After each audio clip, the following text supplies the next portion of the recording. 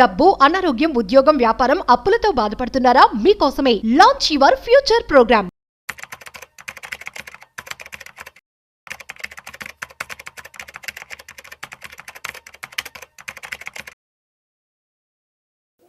RBI governor Sanjay Malhotra రీసెంట్గా repo రేట్ని 50 basis points తగ్గించడం జరిగింది. సో ఏదైతే 6% ఉందో దాన్ని ఇప్పుడు 5.5% చేయడం వల్ల సో మనకి బ్యాంక్ మీద వచ్చేటువంటి వడ్డీ రేట్లు అనేవి చాలా తగ్గడం జరిగింది. అది మనందరికీ తెలిసిన విషయమే. కాబట్టి ఇటువంటి టైంలో ఎవరైతే ఎఫ్డి ఫిక్స్డ్ డిపాజిట్స్ కావచ్చు, లేదంటే రికరింగ్ డిపాజిట్స్ ఆర్డీ చేసే వాళ్ళ పరిస్థితి ఏంటి? వాళ్ళకి ఇంట్రెస్ట్ అనేది తక్కువగా వస్తుంది, రిటర్న్స్ తక్కువ వస్తాయి కంపేర్ టు అదర్ ఇన్వెస్ట్మెంట్స్.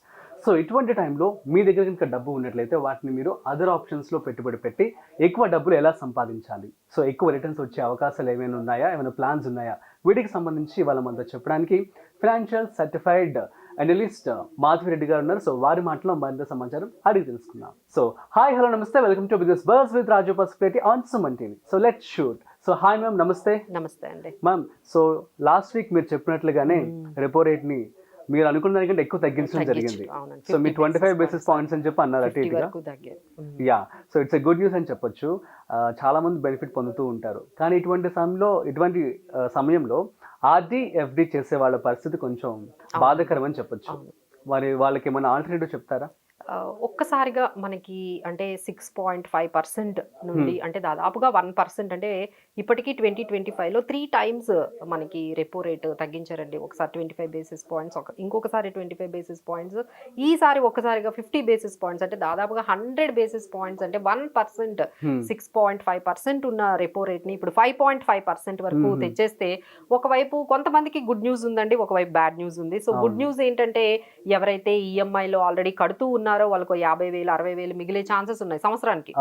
అంతవరకు సేవింగ్ అయితే కనిపిస్తూ ఉంది. ఎందుకంటే ఈ 1% తగ్గిస్తే డెఫినెట్ గా మంచి సేవింగ్స్ అయితే ఉన్నాయి. ఎవరైతే లోన్స్ తీసుకున్నారో వాళ్ళకి. లేదు కొత్తగా తీసుకున్న వాళ్ళకి కూడా గుడ్ న్యూసే. కొత్తగా ఇప్పుడు మీరు ఏ లోన్ తీసుకున్నా ముందుతో కంపేర్ చేసుకుంటే కొంత మీకు రిలీఫ్ అయితే కనిపిస్తుంది. బట్ బ్యాడ్ న్యూస్ ఎవరికైతే ఎఫ్డీస్ ఉన్నాయో వాళ్ళందరికీ కొంచెం సేవింగ్స్ అకౌంట్లలో డబ్బులు ఉన్న వాళ్ళకి, తర్వాత ఎఫ్డీస్ లో ఉన్న వాళ్ళకి, హెచ్ఎన్ఐస్ కి, రీటైలర్స్ కి, అందరికీ బ్యాంక్స్ అనేవి తగ్గించేసిందండి. Interest rates తగ్గించేసింది. ఇప్పుడు వాళ్ళకి ఏం చెయ్యాలి? అప్పటికే ఇంకా చాలా తగ్గింది. సో ఇప్పుడు మళ్ళీ ఒక 5% అంటే ఏం సరిపోతుందండి? 1 lakh పెడితే మీకు 500 రూపీస్ వస్తే ఎట్లా అనిపిస్తుంది? ఇంకా అందులో టీడీఎస్లు ఇవన్నీ తీసేస్తే ఇంకా మరి అది 400 300 ఇస్తారో కూడా తెలియదు, టీడీఎస్ కట్ చేసి. సో ఇప్పుడు వాళ్ళందరికీ ఏం చేయాలో అర్థం కావట్లేదు. సో వాళ్ళకి ఏమైనా అంటే వాళ్ళు ఎలా ఉంటుందంటే వాళ్ళు మార్కెట్ వైపు కూడా రాలేరు.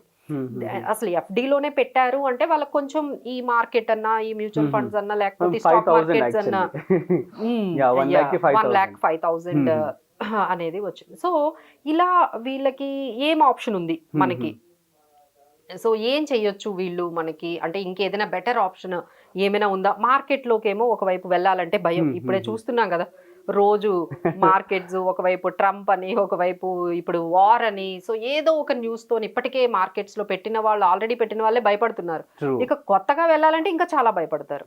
సో వీళ్ళకి ఇంకేమైనా ఆప్షన్ ఉందా అంటే డెఫినెట్లీ ఉందండి. దాన్ని మనం పీపీఎఫ్ అంటాం, పబ్లిక్ ప్రావిడెంట్ ఫండ్ అంటాము. సో ఎవరైతే ఎఫ్డీలో పెట్టారో ఈ ఆప్షన్ ఒక్కసారి ఖచ్చితంగా చూడండి. మీకు ఆఫ్టర్ టీడీఎస్ తర్వాత మీకు 4% మాత్రమే వర్కౌట్ అయ్యే ఈ ఎఫ్డి మీకు పీపీఎఫ్ లో ట్రిపుల్ ఈ అనే ఒక దీంతో వస్తుందండి. అంటే ట్రిపుల్ అనే ఫంక్షన్ ఉంటుంది దానికి. అంటే ఏంటంటే ఎగ్జామ్ట్ ఈ పీపీఎఫ్ లో పెట్టడం వల్ల ఏంటంటే ఏటీసీ బెనిఫిట్ ఒకటి వస్తుంది. ఆ తర్వాత దాని మీద వచ్చిన ఇంట్రెస్ట్ ఎగ్జామ్టెడ్, అలాగే దాని మీద ఏదైతే మీకు అమౌంట్ వస్తుందో ఓవరాల్ గా మీకు లంసమ్ వస్తుందో అది కూడా ఎగ్జామ్టే.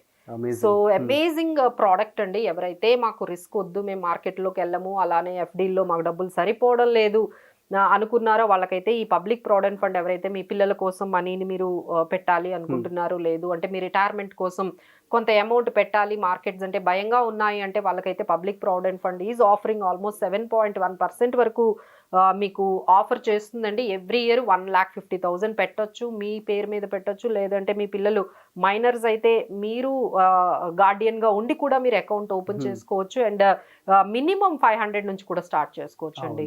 అండ్ ఏదైనా మన పోస్ట్ ఆఫీసుల్లో మీకు అందరికీ అవైలబుల్ గా ఉంటుంది. బ్యాంక్స్ లో కూడా మీరు అడగండి, మీకు ఈజీగా అది ఓపెన్ చేస్తారు. 1,50,000 వరకు మీరు పెట్టుకోవచ్చు. 7.1% వస్తుంది. అలానే ఈ ట్రిపుల్ ఈ అనే ఈ ఎగ్జామ్ట్ అనే ఈ పర్టికులర్ సిచ్యువేషన్లో కూడా మీకు మంచి బెనిఫిట్స్ అయితే ఉంటాయండి. సో ఇది మనకి ఎలా వర్కౌట్ అవుతుంది, లెట్స్ ఏ ఎగ్జాంపుల్ ఇక్కడ ఒక మనం ఎగ్జాంపుల్ అనేది లైవ్ ఎగ్జాంపుల్ అనేది తీసుకోవచ్చు ఇక్కడ.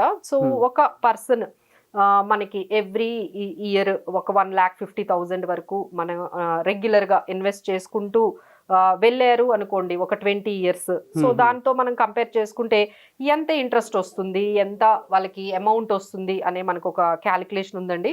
సో 20 అంటే ఈ దీంట్లో ఏంటంటే 15 years మెచ్యూరిటీ పీరియడ్ అండి. పీపీఎఫ్ లో 15 years పెట్టుకోవచ్చు, ఇంకా ఇంకో 5 years కూడా ఎక్స్టెండ్ చేసుకోవచ్చు మనకు కావాలి అనుకుంటే. సో టోటల్ గా 20 years అంటే మీరు 40 years లో ఉన్నారు, మీరు ఇన్వెస్ట్ చేశారు, మీ రిటైర్మెంట్ కోసం 60 years అంటే మనం దాదాపుగా 20 సంవత్సరాలు మీరు 1,50,000 ఎవ్రీ ఇయర్ కానీ పెట్టినట్లయితే మీరు పార్ట్ లో అంటే ఎవ్రీ మంత్ కూడా పెట్టుకోవచ్చు, అలా పెట్టుకోవచ్చు. లేదు ఒక్కసారిగా మీరు 1,50,000 కూడా పర్ యానం మీరు పెట్టుకున్నట్లయితే దాదాపుగా అది 30 lakhs ఇన్వెస్ట్మెంట్ అంటే 1,50,000 ఇంటూ 20 years అంటే 30 lakhs మీరు పెట్టినట్లయితే దాని మీద మీకు దాదాపుగా మీకు ఇంట్రెస్ట్ 36 lakhs వస్తుంది. అలానే మీ పెట్టిన ఇన్వెస్ట్మెంట్ ఒక 30 lakhs, ఓవరాల్గా ఒక 66 lakhs వరకు మీకు ఇన్వెస్ట్మెంట్ అనేది మీకు వస్తుందండి. So this is going to be completely ట్యాక్స్లు ఏమీ పడవు మీకు.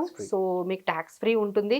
సో దాన్ని మనం మళ్ళీ ఎవ్రీ మంత్ మళ్ళీ అక్కడ నుంచి మీరు ఇంట్రెస్ట్ పార్ట్నే తీసుకోవచ్చు, అంటే ఒక పెన్షన్ లాగా కూడా మీకు ఉపయోగపడుతుంది. ఎప్పుడైతే ఒక 1 crore 60 అంటే ఇంకొన్ని రోజులు ఉంచారనుకోండి ఇంకొంచెం 1 crore వరకు వెళ్తుంది. సో దాని దగ్గర నుంచి మీరు ఓన్లీ ఇంట్రెస్ట్ పార్టే తీసుకోవచ్చు అండి. తీసుకుంటే ఆ అమౌంట్ మీద మీరు తీసుకున్నట్లయితే దాదాపుగా ఒక 90,000 వరకు ఒక పెన్షన్ లాగా కూడా మీకు క్రియేట్ అవుతుంది. So this is a very good option. ఎవరైతే కన్జర్వేటివ్ గా ఉన్నారో పబ్లిక్ ప్రావిడెంట్ ఫండ్ అనేది బెస్ట్. లేదు మేడం నాకు మ్యూచువల్ ఫండ్స్ కూడా నాకు ఓకే, నేను అంతవరకు వెళ్ళగలను అనుకునే వాళ్ళకైతే అసలు భయమే లేదండి. సో 12% వేసుకున్నా మీరు 1,50,000 ఎవ్రీ ఇయర్ మీరు ఇన్వెస్ట్ చేస్తే దాదాపుగా మీరు అంటే పర్ మంత్ 12,500 అంటే పర్ యానం 1,50,000 అంటే per month 12,500. So 12% rate of రిటర్న్స్తో కానీ మనం క్యాలిక్యులేట్ చేసుకున్న 20 years తర్వాత మీ ఎస్ఐపి అమౌంట్ దాదాపుగా 4 crores అవుతుంది.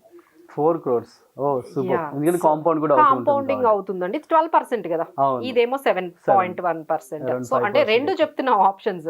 సో భయపడుతున్న వాళ్ళకైతే మాకు వద్దు మార్కెట్స్ వద్దు అనుకునే వాళ్ళకైతే ఈ విధంగా పీపీఎఫ్ లో పెట్టి మీ రిటైర్మెంట్ ప్లాన్ చేసుకోవచ్చు. లేదు మేడం పర్వాలేదు నేను మ్యూచువల్ ఫండ్స్ వరకు వెళ్తాను అంటే ఆ డిఫరెన్స్ రెండు ఉన్నాయండి. సో మీకు ఏది కంఫర్టబుల్ గా అనిపిస్తే అది చూస్ చేసుకోవచ్చు. Okay super ma'am, thank you so much. So guys అర్థమైంది కదా మీ అందరికీ. సో ఇప్పుడు రెపో రేట్ తగ్గడం వల్ల అఫ్ కోర్స్ బ్యాంక్ ఇచ్చేటువంటి వడ్డీ రేట్స్ తగ్గడం జరిగింది. సో దీనికి సంబంధించి మీకు పీపీఎఫ్ అనేది ఒక బెస్ట్ ఆప్షన్ మ్యామ్ చెప్పడం జరుగుతుంది. సో ఇంకొంచెం మీకు ఎక్కువ రిటర్న్స్ కనుక కావాలి అనుకున్నట్లయితే సో మీరు మ్యూచువల్ ఫండ్స్లో కూడా ఇన్వెస్ట్మెంట్ చేసుకోండి. That's it. సో మీకు ఏమైనా డౌట్స్ ఉన్నట్లయితే కామెంట్ చేయండి, మేము మీకు రిప్లై ఇస్తాము. సో మరొక ఇంట్రెస్టింగ్ కాంటెంట్తో మళ్ళీ కలుద్దాం. అంతవరకు చూస్తూనే ఉండండి సుమన్ టీవీ.